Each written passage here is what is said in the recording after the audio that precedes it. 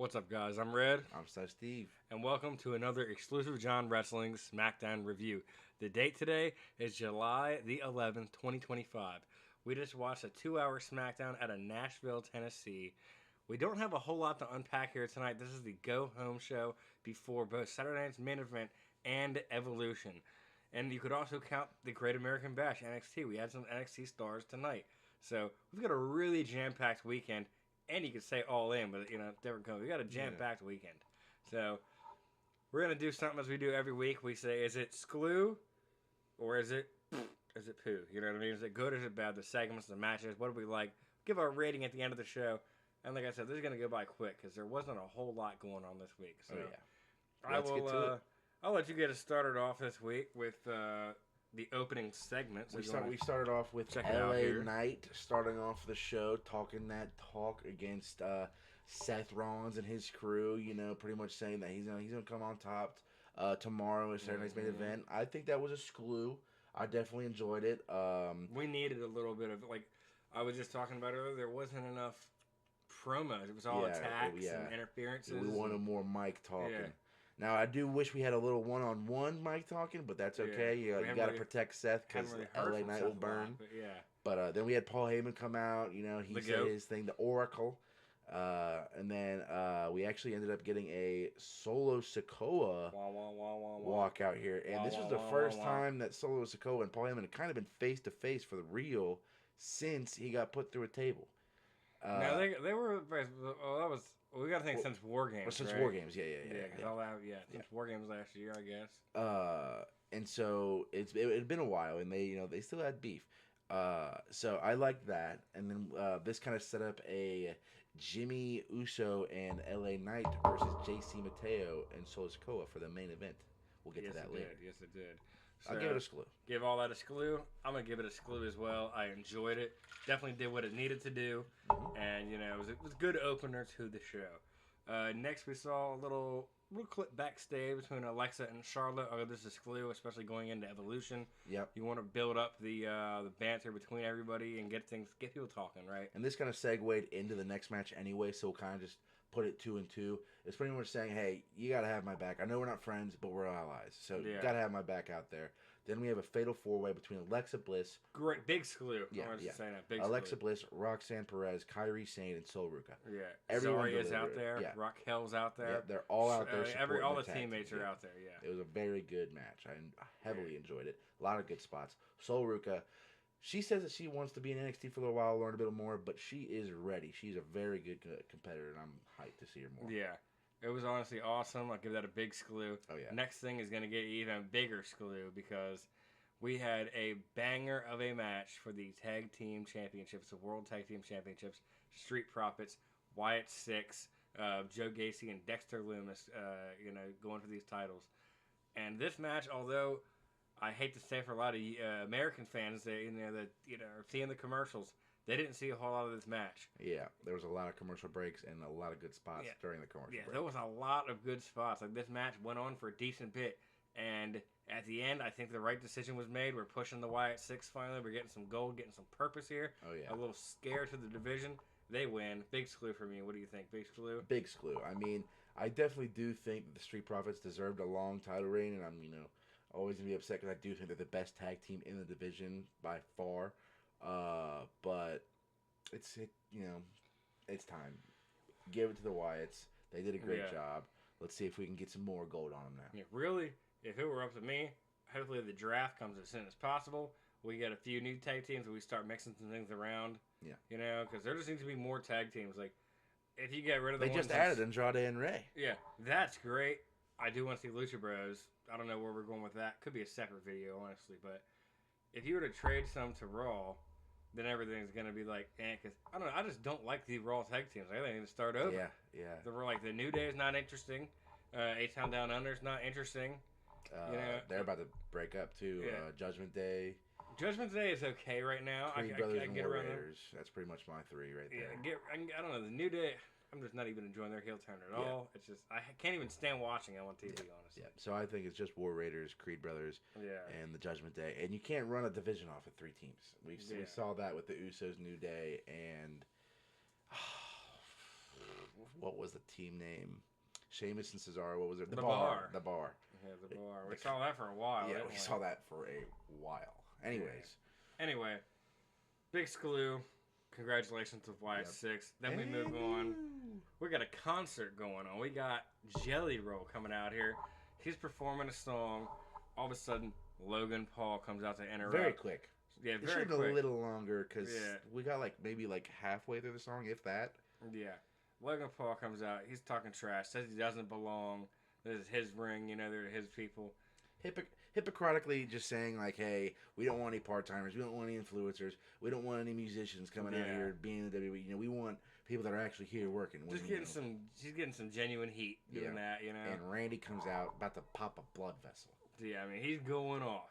This is honestly, I don't even know how I feel about this yet. I'm gonna give it a chance though. Yeah, I'm down to give it a chance. I love Jelly Roll. We're both big Jelly Roll fans. So I'll give this segment as a whole a Scaloo. Yeah, segment as a whole a Scaloo. But I'm worried in the future. Yeah, we saw Drew McIntyre come out, take out Randy Orton, and then Jelly Roll takes out Logan Paul, helps up Randy Orton.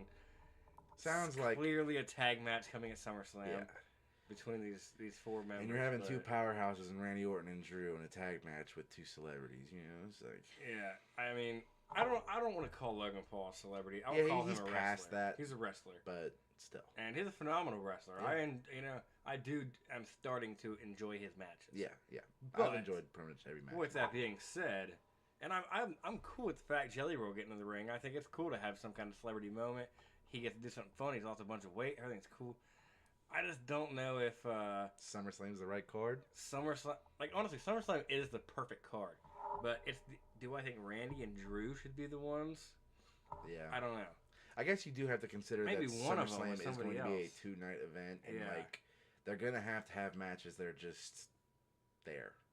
Yeah, and hopefully, I guess the Randy and Drew feud will go on for a little bit. We'll see. We got our first match tomorrow night. I'll get a big Scaloo though. Yeah, big Scaloo. Now let's see. What do we got next? Oh we can mention this. There's a Scaloo. Jelly Roll is going to be in Atlanta in Randy Orton's corner against Drew McIntyre tomorrow night. Just in case Logan Paul, who we probably will do something. Sure, he's going to pop up, brass knuckles, something. Yeah. Give this a Scaloo. We get to see Jelly Roll in Atlanta. Then we have Aleister Black. Very fast. R-Truth. Fast as hell. They ruffle up a little bit. R-Truth goes to grab a chair. Aleister Black stops him. He grabs the chair. The ref takes the chair, and Aleister Black gets rolled up by R-Truth. I guess I'll give this a Scaloo. I'll give it a Scaloo because it leads into something even more Scaloo, and Damian Priest kind of calming Aleister Black down after he's chasing R-Truth, and then it turns out he's not calming him down, and they kind of get into it, and we get a little Damian Priest and Aleister Black feud built up coming out here soon, which makes me wonder what's going on with Truth, what's next for him, because there could be really anything. Yeah. I don't want him to kind of phase out, but who knows? I'll give it a Scaloo though. Yeah. I'm down to see Aleister Black and Damian Priest. Yeah. I like that. Then we had Tiffany Stratton and Trish Stratus come out. Man, they were looking good. I will say that. It was a big Scaloo. They had a little bit more of a heated promo this week, Naomi came out to talk some trash, kind of show the briefcase. Here comes Jade coming to whoop her ass, I'll give it a Scaloo. I guess I can give this segment a Scaloo, but I feel like we're giving a lot of Scaloos, but I will give something a poo. We had pretty much most of Tiffy's title reign has been against Charlotte Flair, Nia Jax, Naomi a little bit. Those are all heels, and she was a face.